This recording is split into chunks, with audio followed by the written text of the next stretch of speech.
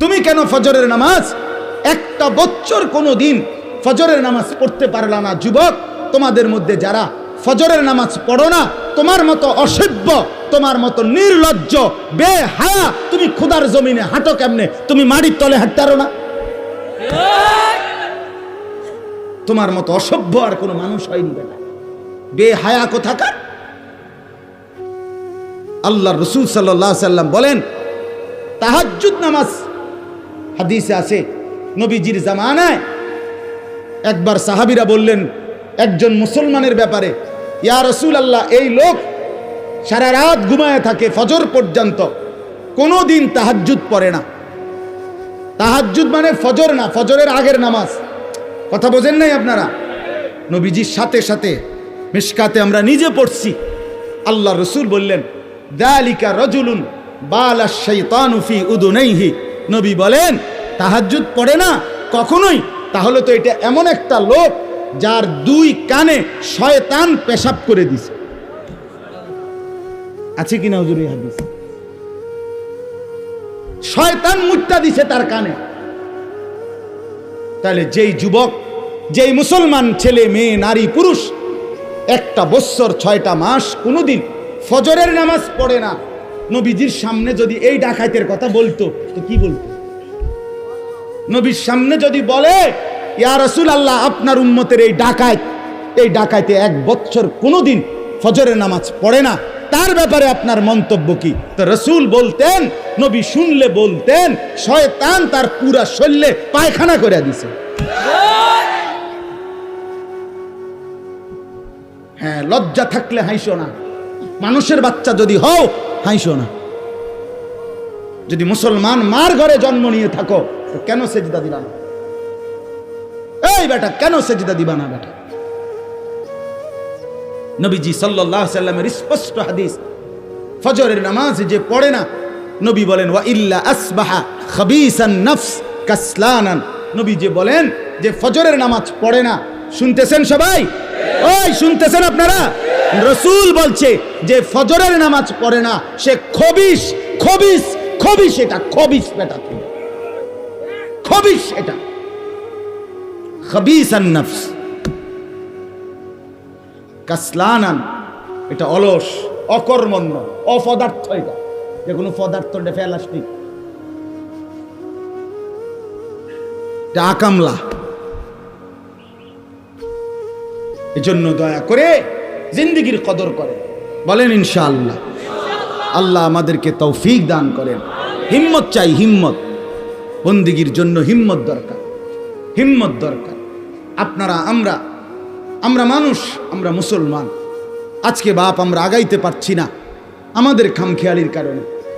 আজকে সারা পৃথিবী আমাদেরকে বিদ্রুপ করে, মুসলমানের বিরুদ্ধে ষড়যন্ত্র করে, মুসলমানের উপরে জুলুম অত্যাচার করে, মুসলমানের যুবককে নিয়ে আপনার মস্কারি খেলে, তামাশা করে, একবার দুষ্টামি কইরা এটা যেন পাগলের মতো বানায় ফেলছে। মুসলমানের যুবককে একবার বেঈমানে বলে চুল এদিক দিয়ে কাইটা ফালাই দে, হেতে লাখ লাখ যুবক ফেলে দিল। পরের মাসে বলল, বেঈমানে বলল যে এবার চুল এদিক দিয়া ফালা, এবার দিল এদিক দিয়া ফালাইয়া। পরের মাসে বলল চুল চারিদিক থেকে কাইটটা একদম সমান করে মাঝখান দিয়ে একটা পাখির বাসার মতো চুল রাখ। যুবক এটাও লাখ লাখ করলো। তাহলে তোমারে যে পাগলের মতো, ছাগলের মতো তোমারে ঘুরাইতেছে, তুমি আহাম্মক বোঝো না? তুমি বোঝো না? হ্যাঁ, তোমারে 3 বছরের ভিতরে কয়টা ফ্যান বদলাইলো? আমার 42 বছরের ভিতরে লুঙ্গি বদলাইতে পারলো না, অসুবিধা কি? তোমারে কে এতবার ফ্যান বদলাইলো? একবার সিফা, একবার ডোলা, একবার মারু আপ প্যান্ট, একবার ফুল আপ প্যান্ট, একবার মাঝখান দিয়ে সিরা, একবার পিছন দিয়া তুমি টাইন নাইডারে উড়াও, কাইডারে একবারে রাবার দিয়ে এনে গলার লগে লাগাই লেতারো না। বাচ্চাদের এটারে কি ফ্যান কয়? এই যে একটা ফ্যান হাফ প্যান্ট আছে না, এটা গলা সহ লাগাই এলা। ঘটনাটা কি বুঝা তো উচিত। আরে আমার লইয়া ক্যারিং শুরু করলো। আমি তো প্রায় বলি, আমি যদি এই লোকটারে এখন বলি, এই ছেলেটারে যে তুমি একবার দাঁড়াও, দাঁড়াইলো, আবার বইলো, এবার একটু কাইতে হইলো, আবার এদিকে কাইতো ঠ্যাং দুটো আলগি দাও, দিল ঠ্যাং আলগি। এরপর হে কি কইব আমার, কবিটা কি পাগল ধরে আনছে। কথা বলেন না, বলবে কি না? আরে আরে এটা কি পাগল, এবার আমারও লইয়া গেরুম শুরু করছে কি, একবার কয় ডাইন দিকে, একবার কয় বাম দিকে, একবার কয় ঠ্যাঙ্গাল কি দাও, বলবে কি না? বলেন না কেন? যেই কোনো মানুষ বলবে এটা যে আমারও লইয়া কে পাগলামি শুরু করলো।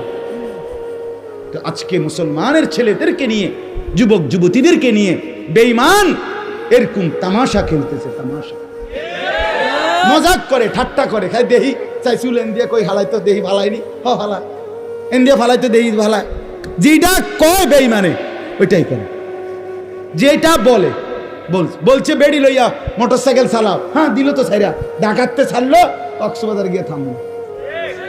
অসভ্য মেয়েরে বলছে পিছন দিক দিয়া জড়াইয়া ধরো, এটাই ডিজাইন, দিল জড়াইয়া ধইরা, লাখ লাখ মানুষ দুই পাশে রাস্তা থেকে দেখতেছে, আর এই অসভ্য বেহায়া একটা যুবতী সে যুবকের পিছন দিয়া জড়াইয়া ধইরা ঢাকা থেকে চিটাং যাইতেছে। হায় হায় হায়, মানুষ এত নিকৃষ্ট হয় কেন? মানুষ এত নির্লজ্জ হয় কেন? মানুষ এত বেহায়া হয় কেন? বলেন মিয়া, জিন্দিগি মানেই মোবাইল, জিন্দিগি মানেই ফেসবুক, জীবন মানেই ইউটিউব, জীবন মানেই এই বড় মোবাইল। আমরা পৃথিবীতে আসছি শুধু এই মোবাইলের জন্য ভাই। রাত নাই, দিন নাই, সকাল নাই, দুপুর নাই। আহা, কেমনে বললে বুঝবে? আমার মাঝে মাঝে পাগলের মতো অস্থির হয়ে যায় যে হায়, কেমনে বললে বুঝবে আমার সন্তানেরা, আমার বন্ধুরা, আমার ছেলেরা, আমার যুবক যুবতী বোনেরা, ভাইয়েরা কেমনে বুঝবে যে এটা তো তাদের জিন্দিগি শেষ করে দিচ্ছে, জীবন শেষ করে। অভিভাবকের গাফলতি, সন্তানদের বেপরোয়া জিন্দিগি আমাদের দেশ, আমাদের সমাজ, আমাদের ইসলাম, আমাদের দিন একেবারে শেষ করে দিচ্ছে। অভিভাবকও গাফেল, সবাই গাফেল, সবাই গাফেল। আল্লাহ আমাদেরকে মাফ করে দেন। এজন্য প্রিয় ভাই আমার, ফিরে আসেন, প্রত্যেকের কাছে অনুরোধ করছি, আল্লাহ তাআলার বন্দিগির দিকে ফিরে আসেন, ইবাদতের দিকে ফিরে আসেন। আল্লাহ তাআলা প্রত্যেককে তৌফিক দান করেন। আমি একটা আয়াত পড়ছি, আয়াতের তর্জমা বলি, কথা শেষ হয়ে যাবে ইনশাআল্লাহ। কোরআনুল কারীমের 9 নম্বর পারা, 7 নম্বর সূরা, সূরাটার নাম সূরায়ে আরাফ। এই সূরার 157 নম্বর আয়াত। এই একটি আয়াত আমি তেলাওয়াত করেছি শুরুতে। এবার এই আয়াতের তর্জমাটা বলি। আগে পুরা আয়াতের ব্যাপারে দুইটা শিরোনাম বলি, সংবাদ শিরোনাম, শুরু কথা আগে শিরোনাম বলি আর কি। শিরোনামটা হলো এই, আল্লাহ তাআলা এখানে দুইটা কথা বলছেন, মৌলিক কথা। এই একটি আয়াত, এক হলো আল্লাযীনা ইয়াত্তাবিউনার রাসূল, কথাটা খেয়াল করেন, শুনতেছেন সবাই? আল্লাহ তাআলা বলেন যারা অনুসরণ করবে রাসূলকে। কাকে? এই একটা কথা। এরপর আরো কিছু কথা আছে, এটা পরে কম। কি? এক নাম্বার কথা হলো যারা অনুসরণ করবে রাসূলকে। রাসূল বলতে কে? প্রিয় নবী সাল্লাল্লাহু আলাইহি ওয়াসাল্লাম। এরপরে লাস্টের দিকে আইসা আয়াতের শেষে আরেকটা কথা আছে, ওয়াত্তাবাউন নূরাল্লাযী উনজিলা মাআহু, এবং যারা অনুসরণ করবে ওই আলোকে, ওই নূর যেটা আমি আমার রাসূলের উপরে নাজিল করেছি। সেটা কি? কোরআন। সেটা কি? আমি আমার বন্ধুকে যেই আলো নাজিল করেছি, নূর, সেই নূরকে মানে আলোকে, সেই কোরআনকে যে অনুসরণ করবে। তাইলে অনুসরণের বস্তু দুইটা। অনুসরণের বস্তু কয়টা? একটা হলো কোরআন, আর একটা হলো কি? রাসূলুল্লাহ সাল্লাল্লাহু আলাইহি সাল্লামের জিন্দেগি, সুন্নাত। সুন্নাত একটা। তাইলে আল্লাহ তাআলা বলেন আল্লাযীনা ইয়াত্তাবিউনার রাসূল, যারা অনুসরণ করবে রাসূলকে, আর ওয়াত্তাবাউন নূরাল্লাযী উনজিলা মাআহু, এবং যারা কোরআনকে অনুসরণ করবে, আল্লাহ বলেন তাদের ফলাফল কি হবে? এই দুই অনুসরণ করার কারণে তাদের রেজাল্ট কি হবে? উলাইকা হুমুল মুফলিহুন, এরাই হবে সফল কৃতকার্য জান্নাত। খালাস। এই হলো পুরা আয়াতের সংবাদ শিরোনাম, মানে ছোট কথা।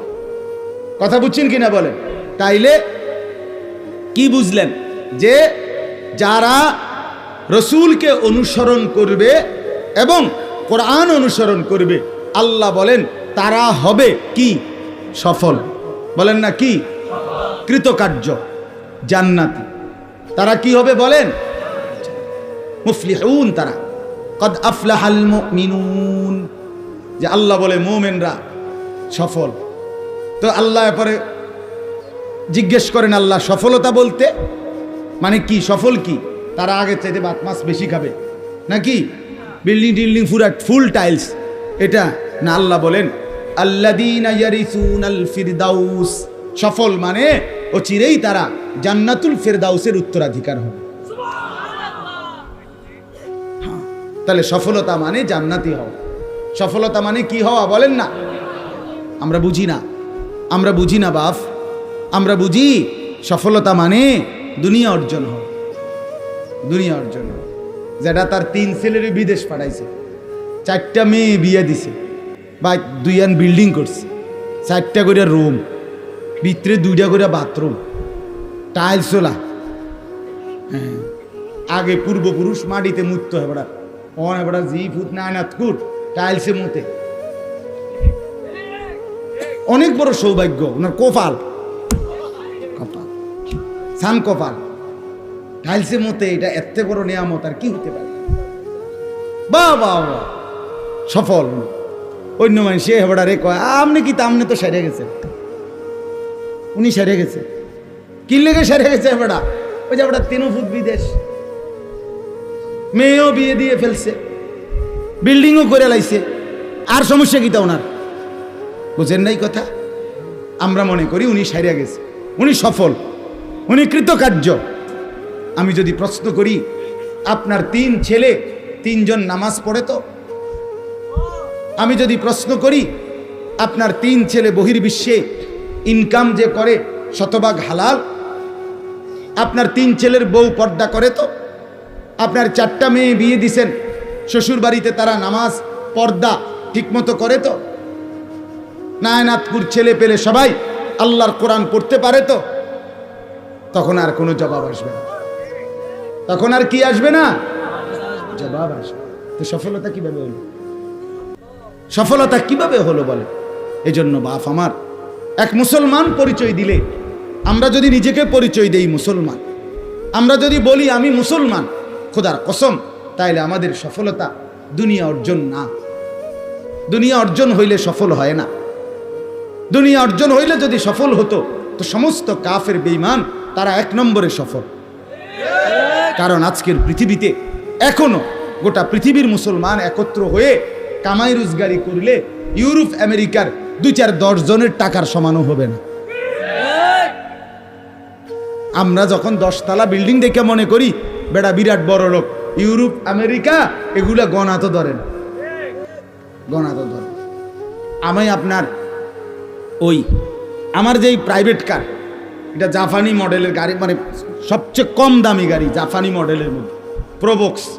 এটা হলো সব জাপানি মডেলের প্রাইভেট কারের মধ্যে সবচেয়ে কম দাম, যেটা 8,60,000 টাকা দিয়ে আমি কিনছি। তো আমি পরে খবর নিলাম, এটা হলো ওই দেশে তারা তাদের বাজার খরচা টরচা মাল টাল, হ্যাঁ, এবং ছাগল টাগল লইয়া এটার ভিত্তি করে মাল নেয়। এইটা হইলো আমি চলি বেল আসেনি কোনো ফাতরামি করে কথা বলেন না কেন? মানে যেডি দিয়ে হারা কি করে আপনার এই ফাঙ্গাস তেলাপিয়া দৈন্যতা কাঁচামরিচ নেয় ভাই। তাইলে দুনিয়া নিয়ে অহংকার করার কোনো লাভ নেই, কোনো লাভ নেই। আরো কামাই করলেও দুশ্মনের বেঈমানের দুনিয়ার মাল আর সম্পদের মতো মুসলমান ধারে যাইতে পারবে না। কেন পারবে না? প্রশ্ন হলো রব্বুল আলামিনের ওয়াদা, দুনিয়া আমি আমার ইমানদার বান্দাদেরকে পূর্ণ দেব না। কথা বলেন না কেন? আল্লাহ নিজে বলছে আমি দেব না বেটা, আমি আমার ইমানদার বান্দাকে জান্নাতে আখিরাতে পূর্ণ নিয়ামত দেব।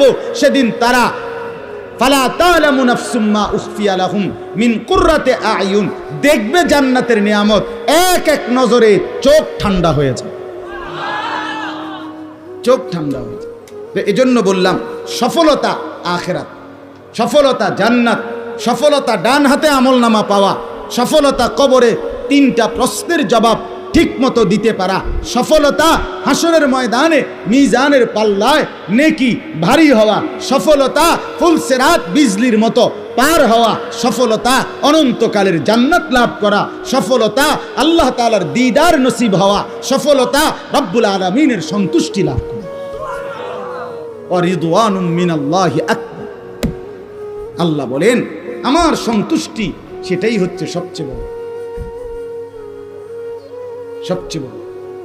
ফামান যুহজিহা আনিন নার ওয়া উদখিলাল জান্নাহ ফাকাদ ফাজ। রব্বুল আলামিন বলেন যাকে জাহান্নাম থেকে মুক্তি দেয়া হলো অতঃপর যাকে জান্নাতে ঢুকানো হলো ফাকাদ ফাজা। রব্বুল আলামিন কোরআনে বলেন সেই কেবল সফল হলো। ফাকাদ ফাজা, ফাজা আল ফাউজ, সেই কেবল কি হলো। তাইলে রব্বুল আলামিন বললেন জাহান্নাম থেকে মুক্তি পেলে জান্নাতে প্রবেশ করলে সফল হয়, এর আগে বন্ধু সফল হয় না। ওয়াকালুল হামদুলিল্লাহিল্লাযী আযহাবা আন্নাল হাযান। রব্বুল আলামিন বলেন হাসরের ময়দানে আমার বান্দা যখন জান্নাতি হবে আর জান্নাতের মধ্যে ঢুকবে, জান্নাতের নাজ ও নিয়ামত এক নজর দেখে আমার বান্দা বলবে আল্লাহ আপনার সব প্রশংসা, আজকে আমার জীবন থেকে সমস্ত চিন্তা জীবনের তরে দূর হয়ে গেল। সফলতা সেদিনই মিলবে, সফলতা যেদিন জান্নাত মিলবে, যেদিন জান্নাত মিলবে, যেদিন রব্বুল আলামিনের সন্তুষ্টি মিলবে, রব্বুল আলামিনের সন্তুষ্টি মিলবে। আল্লাহ তাআলা কোরআনুল কারীমের মধ্যে বলছে আমি আমার বান্দাকে জান্নাতে নিয়ামত দিতেই থাকবো, দিতেই থাকবো, দিতেই থাকবো, দিতেই থাকবো। ফেরেশতা কেবল বলবে আর লাগবে নি, আর লাগবে নি। বান্দা বলবে না আর লাগবে না। আল্লাহ বলবে আরো দাও, আরো দাও, আরো দাও, আরো দাও, আরো দাও, আরো দাও। শেষ পর্যন্ত বান্দা বলবে ফেরেশতা ভাই কইলাম তো আর লাগতো না, আর কিত্তা দাও। ফেরেশতা বলবে রব্বুল আলামিন আপনার জান্নাতি বান্দা বলতেছে আর লাগবে না, আর চাচ্ছে না। আল্লাহ বলবে না ফেরেশতা ওয়ালাদাইনা মাজিদ, আমার কাছে আরো আছে, আরো আছে, আরো আছে। এবার ফেরেশতা বলবে আল্লাহ এবার তাইলে কি দিবেন আপনি, আর কি দিবেন? তো রব্বুল আলামিন বলবে ফেরেশতা আমার 70,000 নূরের পর্দা সরায়া দাও, এবার জান্নাতি বান্দা আমাকে দেখবে, আমি তাকে দেখব।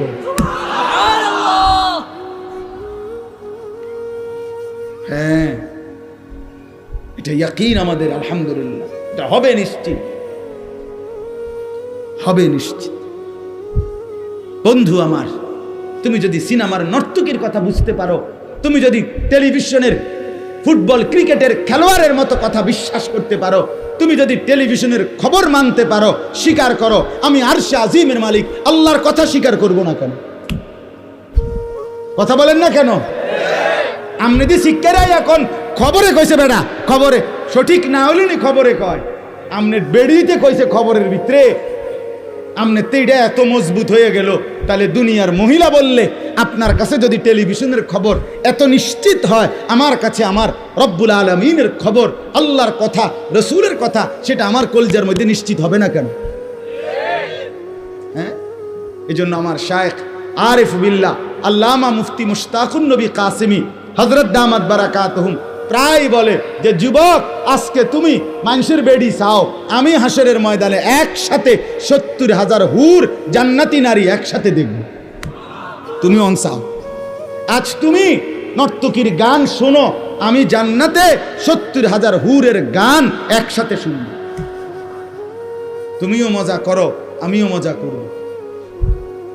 বাকি দুনিয়া তোমারও চলতেছে, আমারও চলতেছে, ঠিক কিনা বলেন না কেন?